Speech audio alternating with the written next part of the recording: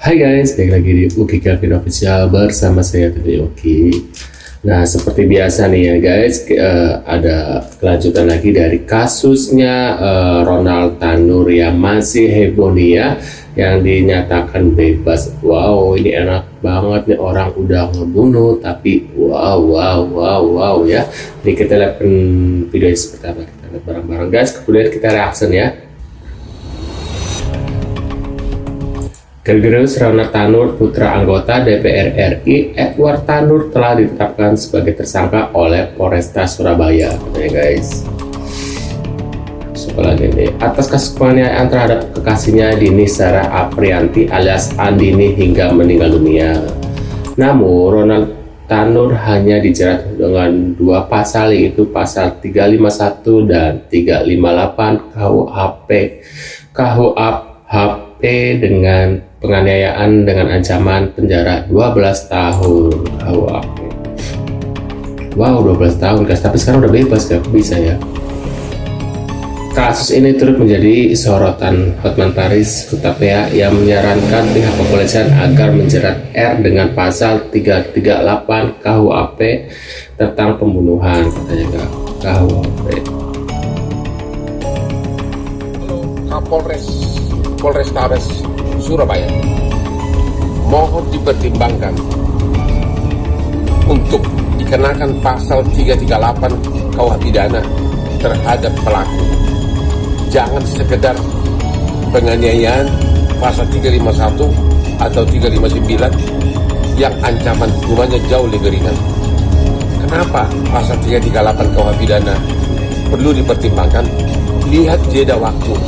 Ada waktu penganiayaan dilakukan dari mulai tangan kosong, kemudian dengan memukul pakai botol, kemudian dilindas pakai mobil.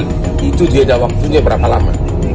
Kalau memang jeda waktunya, ya eskalasi penganiayaan tersebut sedemikian rupa, berarti dia ada kesadaran bahwa perbuatannya tersebut akan mengakibatkan kematian.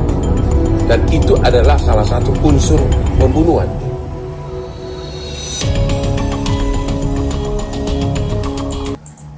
Buat temen-temen, terutama yang PNS, kalau kepingin kaya, contohlah gaya hidup Pak Hakim ini.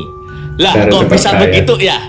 Sini tak kasih tahu. Jadi teman-teman, Pak Hakim ini bernama Erin Tuah Damanik dan beliau merupakan hakim yang membebaskan kasus anak anggota dewan. Kalau dilihat dari LHKPN tahun 2022, kekayaannya menembus 8 miliar. Dan kalau kita lihat di tahun 2021 ke tahun 2022, kenaikan kasnya setara sekitar 350-an juta. Jadi teman-teman nggak usah kaget. Kita anggaplah gaji seorang hakim dengan tunjangannya itu 30 juta di tahun tersebut. Kalau dalam 12 bulan tentulah itu sudah cukup. Makanya itu teman-teman harus mengikuti gaya hidupnya. Misalnya nggak beli nasi, punya 2 mobil tapi nggak dibelikan bensin. Hemat ya, sehingga bisa menumpuk kekayaan yang cukup banyak. Begitu teman-teman, harus kalian ikutin supaya kaya. Itu simbol yang sangat bagus. Yang marah soal berita si Ronaldisco ini divonis bebas setelah melindas seorang gadis. Gue nggak tahu kenapa ya orang-orang masih ada aja yang marah gitu. Karena dari awal kejadian, pas kapan tuh ya, akhir tahun lalu deh kayaknya, Oktoberan gitu, gue udah duga ini vonisnya nggak akan sebegitu nyakitin si Ronald ini. Lah kok masih mikir gitu bang? Masih berani nanya, hah kok gitu bang? Ya kan udah jelas lah, karena dia itu anak DPR. Tapi kasihan banget ya keluarga ceweknya deh. Lu bayangin ya, anak ceweknya udah dicekek, ditendang, terus dipukul pakai botol tequila. Udah selesai? Belum.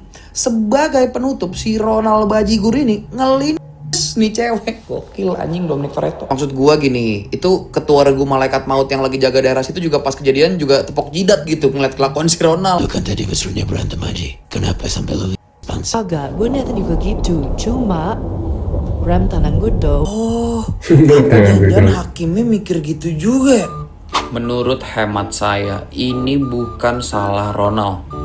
Fix salah Hendrik. Padahal jaksa udah ngeluarin tuntutan 12 tahun loh. Terus tiba-tiba bebas. Lo mau tau gak pertimbangan hakimnya apa? Sebaca gue sih ada 2 ya. Yang pertama karena kagak ada saksi. Ya oke lah, masih masuk akal sedikit. Tapi yang kedua ini nih yang bikin orang-orang marah nih kayaknya nih. Hakim bilang kalau si cewek ini mati gara-gara alkohol. Padahal udah jelas hasil otopsinya nunjukin ada luka di bagian hati karena benda tumpul gitu. Ini ceweknya habis minum alkohol apa obeng plus? Terus dari hasil otopsinya kan jelas ada bekas dilindes. Gue curiga mereka minumnya emang deket-deket seher kali ya. Kira begitu deh gambaran hukum Indonesia. Kaget gak? Ya lah Nora, gak usah kaget, udah biasa. Makin gak ngerti nih sama hukum di Indonesia. Masa pelaku penganiayaan sampai ngebunuh dibebasin? Kalian masih inget gak kasus dimana anak dari seorang anggota DPR RI ini ketahuan menganiaya hingga pacarnya meninggal? Kejadian ini sekitar bulan Oktober 2023. Jadi korban dan pelaku ini cekcok lah di tempat karaoke gitu.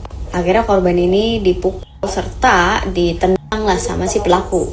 Sampai akhirnya di basement si korban ini dipukul kepalanya pakai botol minuman alkohol. Saat korban gak berdaya, korban duduk di samping mobil si pelaku. Si pelaku ini ngindes tubuh korban hingga korban ini terseret sekitar 5 meter. Sampai si pelaku ini sempat-sempatnya loh masih ngerekam korban yang udah gak berdaya. Tapi kalian tahu apa? Di tahun 2024, hakim dari Pengadilan Negeri Kota Surabaya ini memutuskan bahwa si pelaku ini divonis bebas dari 12 tahun dakwaan jaksa penuntut umum. Bahkan kalian tahu pas kasus itu lagi bergulir di pengadilan, si keluarga pelaku ini sempat menuntut keluarga korban dan kuasa hukum korban atas pencemaran nama baik. Dan vonis bebas diumumkan karena apa katanya? Karena kekurangan bukti dan kenyataan yang tidak sah katanya. Terus menurut majelis hakim dari Kota Surabaya menjelaskan bahwa si pelaku ini sempat membawa korban ke rumah sakit untuk pertolongan pertama. Jadinya hal ini nih yang meringankan korban tidak divonis penjara, tidak dihukum secara pidana. Apakah hal kayak gini bisa terjadi? Bahkan rekaman-rekaman pada saat kejadian itu tuh banyak banget yang kesebar. Apakah itu nggak menjadi bukti yang cukup? Visum segala macam apa nggak menjadi bukti yang cukup? Gue kasihan banget lah sama keluarga korban ya. Karena ini benar-benar nggak adil. Mungkin bener ya di Indonesia tuh nyawa tuh memang nggak semahal harga tambang, dan memang hukum itu hanya tajam ke bawah dan tumpul ke atas. Emang iya sih, seperti kasusnya Vina seperti itu ya guys ya. Ya kebalikan dari kasusnya Vina. Kalau kasusnya Vina kan orang-orang yang bawa ya, kalangan bawah, dan makanya sangat sulit untuk keluar. Nah ini dengan sangat mudahnya, padahal sudah jelas ada CCTV di situ ya, ada jejak rekamannya gitu guys, maksudnya. Tapi ya seperti ini guys, kebalikan gitu ya. Ada emang hukum Indonesia sedang tidak baik-baik saja guys, apalagi sekarang ya. Kalian sudah tahu ya guys ya. Kita lanjut lagi. Dengan putusan pengadilan negeri Surabaya, saya sudah sampaikan kemarin, ini hakimnya sakit. Mungkin dia nggak punya seorang anak perempuan yang bisa merasakan bagaimana perempuan ini diperlakukan tidak selayaknya. Yang herannya, jaksa penuntut umum sudah melayangkan 12 tahun penjara, tapi hakim memutuskan bebas. Nah, ini yang gue bilang kemarin, bahwa ini hakim sakit. Dan para pihak harus mengawasi ini dengan seksama, ada apakah gerangan sampai akhirnya divonis bebas. Terang benderang bahwa tindak pidana yang jelas sangat pada tahun 2023 dengan penganiayaan yang menyebabkan seorang perempuan meninggal dunia. Ini kan fatal. Apakah hakim tersebut nggak punya gadget atau memang di rumah nggak punya TV? Nah, inilah yang gue bilang, hakim ini sakit. Maka para pihak harus memberikan satu sumbangsi untuk periksa hakimnya secara menyeluruh, apa yang terjadi, diputuskan yang bersangkutan bebas. Oke, berarti desakannya juga selain ke masyarakat untuk terus mengawal, juga ke kejaksaan apakah untuk menindak hakimnya gitu? Iya, apakah memang dari yang gua tahu polisi sudah memberikan pasal-pasal apa yang disangkakan oleh yang bersangkutan dan berproses, dan tiba-tiba kemarin di putusan pengadilan negeri divonis bebas. Ini memalukan, makanya gue bilang ini hakim sakit gitu. Miris ya dengan melihat kejadian ini guys, dengan hukum di Indonesia, dengan hakim yang kemungkinan disuap ya. Waduh Pak, itu haram loh Pak ya, uang haram lah. Kasihan anak istri makan uang haram, nanti Bapak takut karma. Siapa tahu suatu saat nanti gitu ya, anak Bapak jadi korban juga. Wow gitu ya. Menurut kalian gimana? Terima kasih sudah hadir dan jangan lupa bantu subscribe ke Kevin, dan sampai jumpa di video selanjutnya. See you guys.